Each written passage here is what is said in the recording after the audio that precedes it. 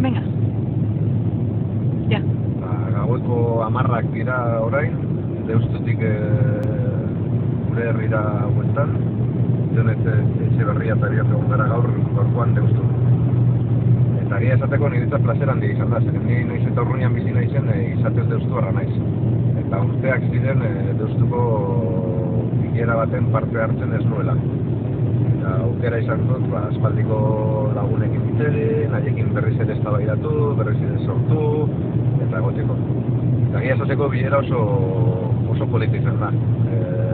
Eztabaidatu dugu, hitz egin dugu, harritua geratu naiz bileran parte hartu dutenen eren bat edo ezagutu ere ez nuelako egiten, eta hori nahiko seinale ona da.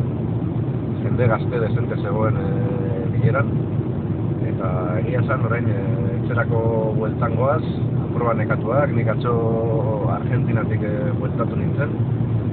Nekatua, baina egia esan pozik eta gogokin. Egia izan da vitaminak hartu ditu gauztu gaurkoan ere. Horrela jarraitzeko gogokin eta jarraitzeko.